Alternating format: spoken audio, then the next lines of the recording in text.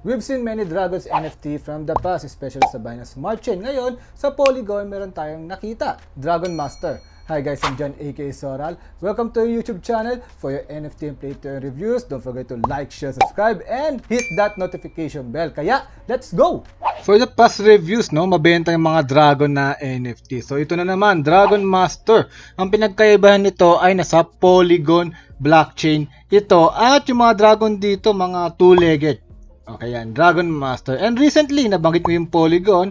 Ayan, ang partner na nila ay Polygon Studios. Itong Dragon Master ay bine-blend niya yung RTS or Real-Time Strategy, MOBA at mga Play to Earn. So, tinan natin to. But first, syempre, follow niyo sila sa kanilang Twitter account at DragonMaster_CO and sa kanilang Discord. Nandyan din mga announcement nila, pati yung kanilang pre-sale, public sale, pati minting price which is TBA pa. So nandito rin kung paano mapa-whitelist. 2 pack ang kanilang gagawin. Isang 3,000 drop of 4 egg box. Siguro mga 12,000 egg ang i-release dito. 1 box per wallet. Then 6,000 drop of single egg. So around 18,000 yata na Genesis egg ang lalabas dito sa pre-sale and public sale. So ito nga, makaka-receive ng Genesis Dragon Egg NFT pati Genesis Player NFT. So ito lang naman ang kanilang application for the whitelist. Remember, pag naka-whitelist ka, mas maaga kang makakabili. 1 day before the public sale. So kailangan mo lang gawin, mag-join sa Dragon Master Discord channel. Stay tuned sa latest announcement. Then, yun nga, makakapag-mint ka na pag ikaw isa sa mga whitelisted. Then, may kita nyo ang inyong NFT sa NFT box. Click natin ito. Yan, papalagin tayo sa MetaMask. Tapos kailangan naka-Polygon network. Okay? Sign lang tayo. Pansin nyo, ililipat tayo sa Polygon mainnet. So, yan siya. Dito yung makikita yung mga NFTs natin. At kung di pa kayo marunong mag-connect niyan, dito sa dulo, sa pinaka-bottom ng page, may nakalagay dyan, Add Polygon Network. Para hindi na kayo ma-hassle mag-search kung paano po ang Polygon Network. Then, kung meron kang Genesis Dragon Egg on December 30, pwede nyo nang matest yung laro nila. Okay, exclusive sa mga nag-meet itong Genesis Dragons na to. Sample lang kailang artwork, yan. Diba, mga two-legged dragons. At syempre, partners Polygon, MetaMask, DApp Radar, then CoinGecko in the future. Wala pa yata silang token and contract address. Ito yung light paper nila. Actually, very solid na nga yung light paper nila. Pero mas maganda daanan natin yung white paper. Dito kasi makulay na eh. Tsaka parang nakasummarize na. So you can check it out kung tinatamad kayo magbasa ng white paper. Pero yun nga, tadaanan din natin isa-isa yung white paper nila para magkaroon tayo ng idea kung ano ba i-expect natin sa larong ito. So ito nga siya, RTS MOBA Collection and Play-to-Earn game sa Polygon. So nandito yung intro niya sa first page. Yung vision nila is to grow from a blockchain-based play-to-earn game to a Dragon Metaverse.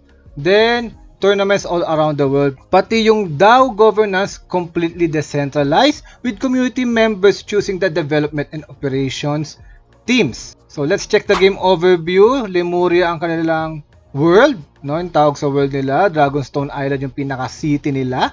So, yung gameplay nila may 4 na sizes ng dragon. S, M, L, XL. Parang t-shirt lang. The bigger the size, the heavier the weight, the weaker the attacking power daw. So, ang gagawin niya, meron parang 5 tracks dito.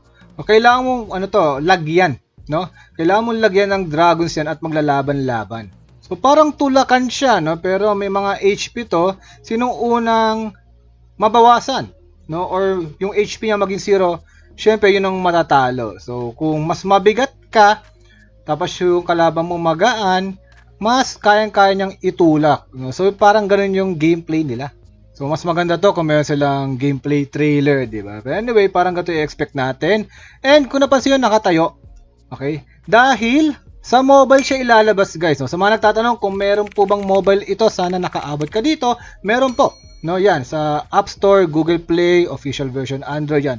Coming soon yan. Ilalagay nila yung QR code dito para di na kayo mahirapan maghanap. So, yung mga NFTs na to ay may mga basic attributes. Random daw to, attack, weight, speed, durability. Then, mayroong 13 different races do sa version 1 nila. Ito sila lahat. So, nandito naman, yung 13 na yan, medyo mahirap lang i-navigate. Kailangan mo pa ganon. Tapos, di mo pa makikita. So, sana mayroong expanded view. Pero yun, nandito rin yung mga sizes, yung type, yung skills. Yung pinaka weakling yata yung nasa taas yung White Dragon, no? Tapos iba-iba na sila ng skills pati ng mga sizes. Doon ng version 2, may mga upcoming development sila. Ayan. May parang kangaroo na dragon. Tapos may parang malakas, no? Ayan. Then yung nga, no, Genesis Dragon Eggs will only drop once, then the only way to get Dragon Eggs is breeding na. Wala nang iba po. May arena din dito. So, kailangan mong mag-summon nga ng team. Tapos may mga 1 point of energy, 1 point of durability ang mga gastos. So, parang Axie, di ba? Ganun din, may mga energy at durability. Ang makukuha mo ditong rewards ay totem, yung kanilang in-game currency. Siyempre, may energy system ito. Then, may durability system as well. Pag 0 na yung durability, hindi na siya pwedeng mag-battle. Kailangan na ng DMT or totem para ma-restore yung durability ng dragons nyo. So, same din, pag wala ka ng energy, wala na, no? Hindi ka na makakalaro. So, may mga pa-tournament sila na ang reward yung DMT, yung governance token nila. So, ito yung breeding nila, yan. So, it will cost DMT and totem. Tapos, may mga breeding count din ito. For example, mukhang 5 times, no? 5 times na pwedeng i-breed based dito sa example. At yung totem na hindi sila magbebenta directly sa players, no? Makakuha ito via the reward system nila. Ito nga nabagit natin, DMT and totem. So, DMT, the governance token with a 1 billion supply, and totem is the unlimited, yung kanilang inflationary token. So, meron silang marketplace, pero pwede rin ibenta sa OpenSea daw yung mga NFTs na makukuha nyo dito. So, may mga pa-quest din sila. So, syempre, mas konti rewards dito kaysa doon sa PvP. And may farming sila as well. Okay, yung totem nyo ay hold nyo, then it will produce some DMT along the way.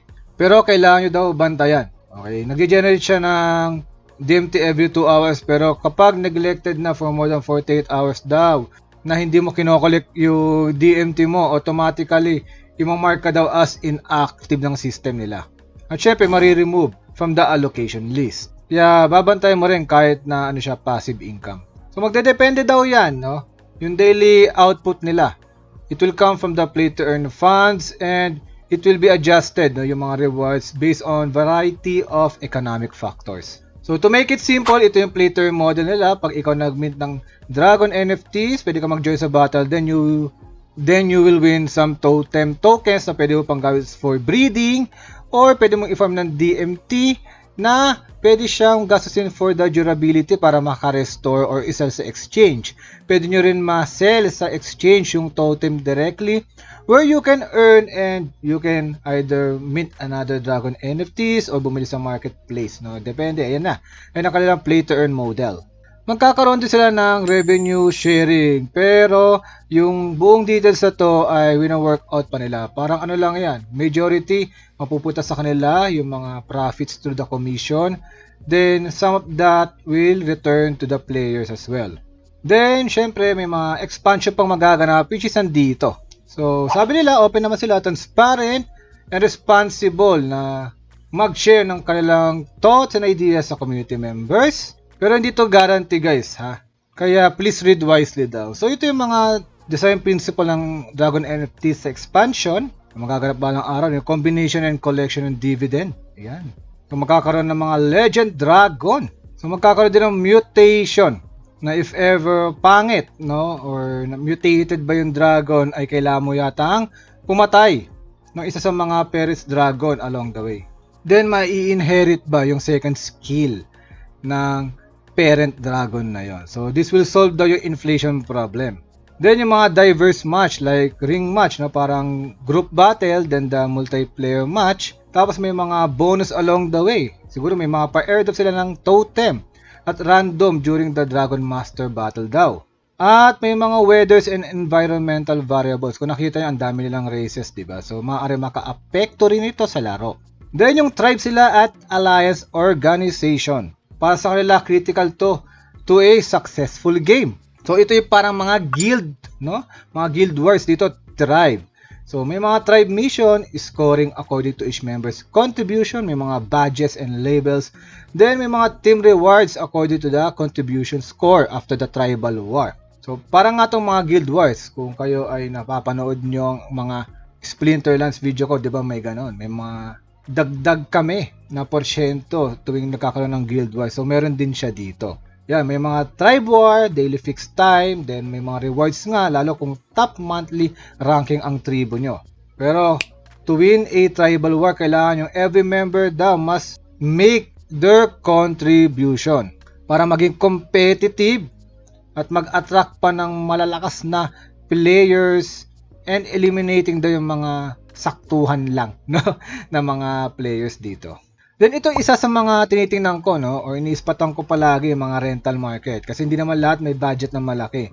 So, importante to. Yung iba nga, maraming NFTs, no, pero walang time. Kaya I think this will be essential itong NFTs rental market if they will pull it off. Yung renters, yan, sabi nga nila, lack of free time daw, pwede lang ipa-rent, no, para magkaroon ng added revenue. 'Di ba? Yung mga tenants, kahit na hindi na mag-invest ng malaki, no, mag-rent lang sila, katulad ng ginagawa nga natin sa Splinterless, then maaari silang kumita along the way. At iba't ibang rental rules, pwede daw free or paid, may mga time contract. Buti naman may mga time contract kasi diyan nadadali ibang mga games, biglang kinakancel na lang basta-basta, no? May mga revenue sharing ratio, parang ano to, scholarship system naman. Pati kailangan may mga requirements daw, kailangan maka-daily battles ka or dapat maganda winning rate mo. And mga bonus rewards for completing the renters or requirements daw. So dito sa technology section, alam naman natin to NFT, pagmamay-ari nyo yung asset nyo. So yung players requirements daw, yung mga problem na hindi daw secure yung asset, ang laki ng transaction fees, masyadong mabagal yung blockchain network. No, kaya ang napansin nila is pumunta sa Polygon. No? Alam niyo naman yung Polygon, zero gas fee, halos, no, kasi nakalagay dito 0.001 to 0.002. Then kaya nilang magkaroon ng 65,000 transaction per second. Then layer 2 Ethereum network sila, which is subok na sa NFT collection pati sa NFT gaming. So kaya yun ang napili na Polygon network. So yung gagamitin naman nilang application, no, nakalagay ito Oracle network, yung Chainlink. So medyo magastos lang daw ito pero they're willing, no, na gumastos dito para yung system mas robust and stable. Ayun nakalagay naman. Then yung mga contracts and audits ng kanilang mga token ay ipapublish nila sa kanilang official community pagtapos na. So kung tatanungin nyo kung mga lock, sureball lock na ba to or audited, hindi pa. No, nakalagay naman dito. Speaking of lock, no, ito yung kanilang tokenomics, yung DMT with a 1 billion supply na pwede yung gamitin sa madaming paraan. Dito sa larong ito guys ha. So nandyan siya, 25% sa play to earn, 25% sa staking rewards, then 20% sa ecosystem funds. Sa advisors 5% lang. 10% sa core team, then 2.5% sa public sale, 5% sa private sale, and 7.5% sa seed sale. Lahat yan may vesting period, nakalagay po dito. Isa-isa yan, no? Yan, dito naman, very transparent naman ang kanilang vesting period. Hindi pa natin ma-check kasi wala pa ang kontrata. But, most likely, hindi lahat ibabagsak on the day 0. Yan, nakikita nyo naman yung kanilang pagre-release. No, it will be unlocked for 72 months. Yan, yung kanilang vesting period. Gradually yan, linearly. Then yung roadmap, mas maganda sa mata ko, sa light paper tayo pupunta. Ayan, so quarter 1, 2021 pa lang ay binubuo na yung konsepto nito, yung team nito, pati yung design, pati yung prototype. Noong quarter 2, 2021, nagkaroon na sila ng seed sale, pati R&D. Then on quarter 3, 2021, nagkaroon na ng testing ng Dragon Master. And nandito na tayo ngayon sa quarter 4, 2021. Na-release na yung white paper, ilalabas na yung private sale, yung NFT public pre-sale, which is December 23 nga. Token public sale, di ko pa alam kung kailan ito. Public beta test around December 30 nga, then the official launch. Sana, no, ang quarter 4, 2021 ay ma-release lahat ito. On quarter 1, 2022, there will be a profit sharing na. Dito lalabas, then the tournaments, both for DMT and Totem. Then on quarter 2, 2022, may pa-ring match na sila, multiplayer match, and decentralized NFTs rental market. Buti naman. Then on quarter 3, 2022, offline regional tournaments. Then online tournaments. Ipapa-stream ito. Then social-fi exploration. On quarter 4, 2022, DMT staking and the land auction. Magkakaroon din sila ng mga lands. This is very essential for the metaverse na pinapangarap nila. Then on 2023, the land game. Build their own kingdom, DAO governance, developer platform, then Dragon Master SDK. The team behind this Dragon Master is Magic Hat. Now, I'm expecting makakaroon sila ng mga AMA. Hindi ko lang sure kung magpapa-team doc sila. But ito, they are founded in early 2021 sa UK. And their team ay nakakalat all over the world daw. Puro mga engineers, no, mga computer engineers. So yung mission daw nila o yung motto nila, humble and modest, full of imagination under the hat. So ito yung mga partners sila sa mga exchanges, Uniswap and QuickSwap. Then yung nga, nagkaroon na sila ng seed sale, di ba? 2.5 million from private investors para ma-fund itong development na to. So that's it, no? For me, yes, early na naman. Yun naman yung ating target para makauna tayo sa mga Genesis sales na to. May potential. First time ko yata makarinig sa Polygon na gagawa ng Dragon game na real-time strategy and MOBA look alike, no? Ang tanong na lang dito kasi kung magkano, which is hindi ko pa alam. Sana abot kaya dahil kailangan mo ng 5 dragons, no, to form a one team para makapaglaro. And kailangan natin bantayan balang araw yung contract after it releases. Then yung vesting period, dapat nakalock talaga yan. Either gagamit ng mga application or dapat naka-written yun sa contract nila. Pero kung sa tingin nyo may potential ito at sasaba kayo dito, always remember to risk an amount that you can afford to lose. And syempre, kaya nga kayo papasok dito to enjoy first, then profit will follow. So what do you think about the game, guys? Comment down below, but don't forget to like, share, subscribe. Hanggang sa muli, guys. Babu!